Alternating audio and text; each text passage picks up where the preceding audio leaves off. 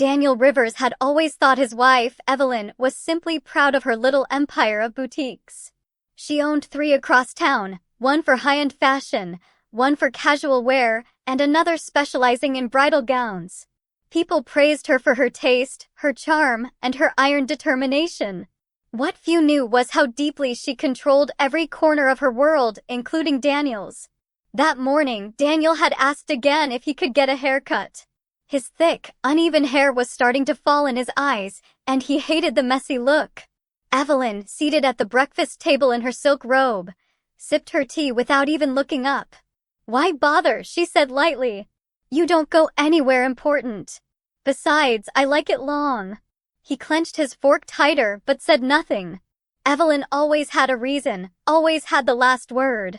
Later that evening, as Daniel folded laundry in the bedroom, he noticed the growing pile of clothes Evelyn had quietly discarded. His jeans, his t-shirts, even his socks, one by one, she would pick out flaws, a small tear here, a faded patch there. Each item was tossed aside, leaving his drawers strangely empty. When he reached for his last pair of boxers, Evelyn appeared in the doorway. In her hand was something unexpected, a pair of pale satin underwear, trimmed with lace. "These will do for tonight," she said simply, placing them on the bed. Daniel blinked at them. "You're joking." Her eyes narrowed just slightly, though her smile stayed fixed. "You don't have much else left, do you? Unless you'd rather go without." Daniel's protest died in his throat. Slowly, awkwardly, he slipped them on. The fabric was softer than anything he had ever worn, unsettlingly so. Evelyn's gaze lingered on him with quiet satisfaction. "Better," she whispered. The next morning, the routine changed. Instead of setting out his usual shirt and slacks, Evelyn laid a folded garment on the chair by the mirror. When Daniel unfolded it, he froze. A delicate cream blouse, with pearl buttons and gentle frills along the sleeves. He turned, half laughing. "You can't be serious." Evelyn crossed the room, her perfume surrounding him. "You looked charming last night. Why fight it? Humor me, Daniel. Just for today." The firmness in her tone left no room for argument. Against his better judgment, he buttoned the blouse. It clung differently, sharper at the waist, flowing at the arms. Evelyn clapped softly, then reached behind her closet door. "Now," she said, holding up a skirt with an almost ceremonial air, "let's complete the picture." Daniel's heart pounded. Something about the way she said it, final, inevitable, made him realize this wasn't just a game. He wanted to resist, but a strange part of him also wanted to see what would happen if he didn't. As the skirt slid over his hips, Evelyn stepped back, eyes shining. "There you are," she whispered. "That's who I've always seen in you." Daniel looked at his reflection. A man in a blouse and skirt, cheeks flushed with shame, and yet, buried deep inside, a flicker of something else. Something he didn't yet dare name. Daniel spent most of that morning trying to ignore the way the blouse's fabric brushed against his skin. Every time he caught sight of himself in the hallway mirror, his stomach twisted. Evelyn, however, was radiant, flitting around the house like she had just closed a $1 million deal. By noon, Evelyn's assistant, an older woman named Clarissa, arrived to go over boutique inventory. Clarissa had always been polite to Daniel, but today her eyes lingered on him a moment longer than usual. Evelyn noticed. "Daniel's helping me with fittings," Evelyn said casually, pouring coffee. "He's getting quite good at it, actually." Daniel nearly choked. "I'm not." But Evelyn's hand pressed firmly to his shoulder. "Aren't you, dear?" Clarissa only smiled knowingly, as if she had walked in on a secret she wasn't supposed to see. That evening, Evelyn appeared in the doorway again, holding another garment. This time, it was softer, brighter, a pastel dress with a fitted bodice and flowing hemline. "Evelyn, no," Daniel muttered. "This is going too far." Her expression softened, but her voice remained steady. "You looked in the mirror today. Don't deny it, you saw what I see. And I promise you, Daniel, this isn't punishment. This is discovery." His resistance weakened. The way she framed it, as if she were giving him a gift, not stripping away his identity, confused him. Part of him hated it. Another part wanted to know what she meant. Reluctantly, he stepped into the dress. As Evelyn zipped it up, Daniel caught sight of his reflection again. Something about the way the fabric shaped his frame startled him. He didn't look ridiculous. He looked different. Almost graceful. Evelyn stepped beside him and whispered, "The mirror doesn't lie. You don't need to be afraid of what you see." Daniel's throat tightened. He wanted to argue, but the words didn't come. Later that night, when Evelyn had gone to bed, Daniel sat alone in his study, still wearing the dress. He should have changed back. He should have thrown it across the room. But instead, he sat staring at his reflection in the darkened computer screen. His mind whispered a dangerous thought. What if she's right? The next morning, Daniel woke to find his usual closet strangely bare. His polo shirts, slacks, and even his gym shorts had disappeared. In their place, carefully hung, were blouses, skirts, and dresses, each one tagged with neat little labels. Monday casual, Tuesday chic, Friday evening. His heart sank. Evelyn had been busy. "Evelyn," he called, voice cracking. She appeared in the doorway with a serene smile. "Oh good, you noticed. I asked Clarissa to help me clear out the clutter. You'll thank me when you see how organized everything is." Daniel's hands shook. "These aren't my clothes." "They are now," she said simply, brushing past him to straighten the hem of a lavender skirt. "You've always said you hate shopping. So I took care of it for you. Consider it an upgrade." Later that day, Clarissa arrived again. Only this time, she carried a glossy black case. Daniel's stomach twisted as Evelyn welcomed her in. "What's in there?" he asked nervously. Clarissa opened it to reveal a full set of cosmetics, brushes, and palettes that gleamed under the kitchen light. "Evelyn thought it might be fun for me to give you a tutorial," Clarissa said, her voice gentle but firm, as though she were offering him a cup of tea instead of dismantling his last defense. Daniel backed toward the hall. "No, absolutely not." Evelyn's voice softened, but her eyes locked on his. "Daniel, you've already taken the first steps. Don't sabotage yourself now. Just sit. If you hate it, we'll stop." But he knew her well enough to realize there would be no stopping. 15 minutes later, Daniel sat stiffly as Clarissa dusted his cheeks with powder, brushed shadow onto his eyelids, and traced a careful line along his lashes. He refused to look in the mirror. But when Evelyn finally lifted his chin, forcing his gaze to meet his reflection, Daniel froze. The face staring back at him wasn't his, not exactly. Softer, brighter, with eyes that seemed larger, lips tinted a gentle rose. Evelyn's voice was a whisper in his ear. "This is who you've been hiding all along." That night, lying awake beside Evelyn, Daniel felt trapped between two warring truths. His desperate need to cling to the man he thought he was, and the strange, undeniable pull of the person he saw in the mirror. Sleep came slowly, haunted by Clarissa's knowing smile, and Evelyn's calm assurance that this was only the beginning. The following Saturday, Daniel woke to the sound of Evelyn humming in the kitchen. She never hummed. It usually meant she had already planned something.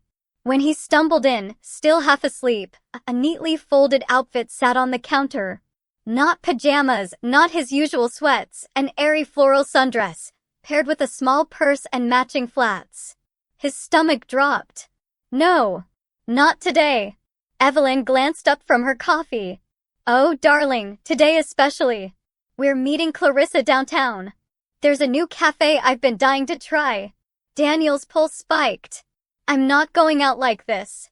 People will see." Evelyn sipped her coffee slowly, savoring it before answering. "Exactly. That's the point."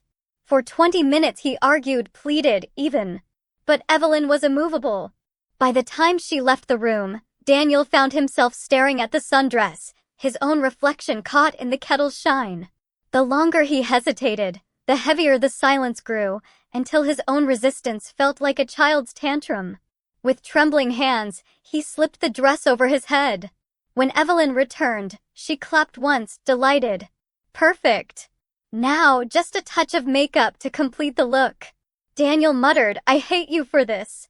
But Evelyn only leaned close, her lips brushing his ear. "You don't hate me. You're terrified of how much you don't hate it."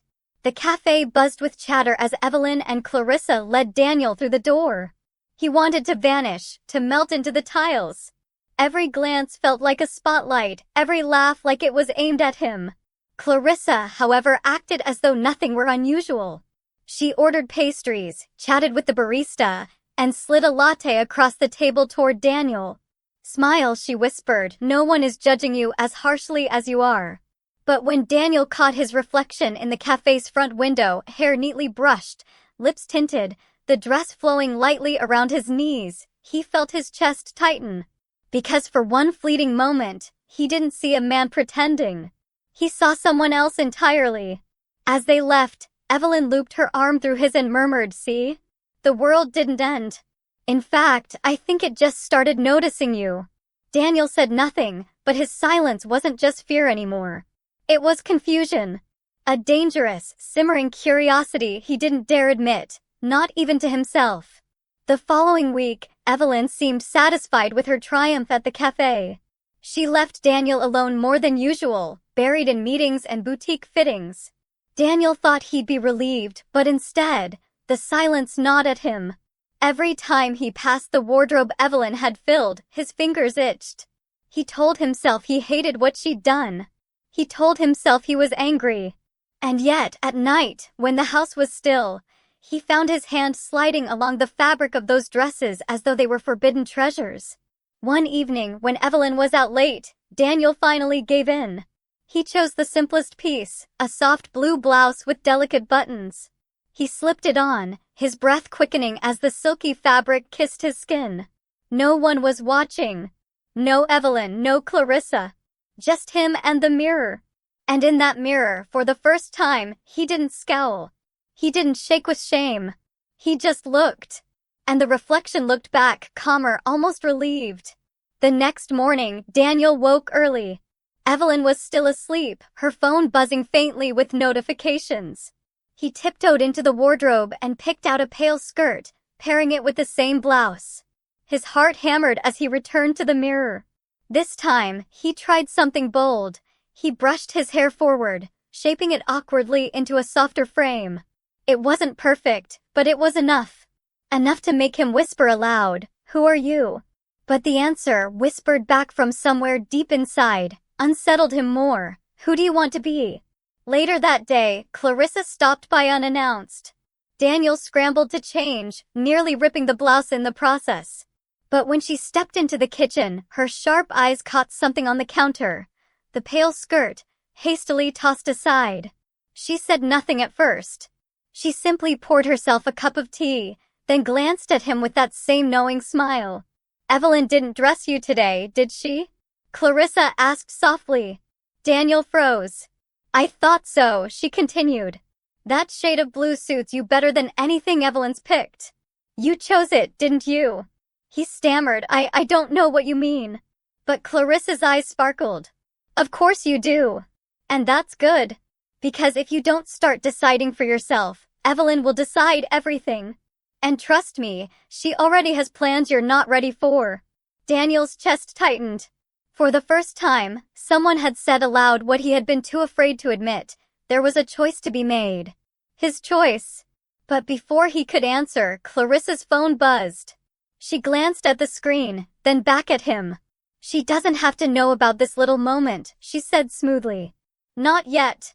And with that, she left, leaving Daniel shaken, confused, and more curious than ever. The following Friday, Evelyn returned from her boutiques carrying an oversized garment bag. She dropped it dramatically on the bed. Daniel eyed it warily.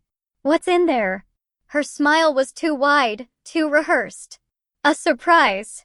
Tomorrow night, we're attending a charity gala. Perfect chance to show off my husband's versatility." Daniel's stomach lurched. "Absolutely not. I'm not."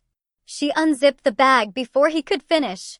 Out spilled the shimmer of emerald satin, a gown with a plunging neckline, tiny jeweled accents glittering like captured stars. It wasn't just a dress, it was a performance piece. "You'll look radiant," Evelyn said firmly. "And you'll stand beside me as proof that I can transform anything into beauty." The words stung. Was that all he was to her, a project? A trophy? That night, Daniel sat awake in the dark, staring at the silhouette of the gown. A cold dread sat heavy in his chest. Then, softly, a message buzzed on his phone. Unknown number. If you let her push you into that gala, she'll own you. Choose your moment before she chooses it for you. The sender? Clarissa. Daniel's fingers trembled as he typed back, "Why are you helping me?" The reply came almost instantly. "Because Evelyn doesn't want a partner, she wants a puppet. But I've seen the way you look in the mirror. You deserve to decide who you are." The next morning, Evelyn cheerfully announced that she had scheduled a professional fitting and makeover at the salon before the gala. "It'll be an unveiling," she said brightly, as if reading from a press release. Daniel's head spun. He wanted to shout, to refuse, to tear the gown to pieces. But instead, he muttered, "We'll see." Evelyn smirked. "Oh, darling. We'll more than see. We'll show."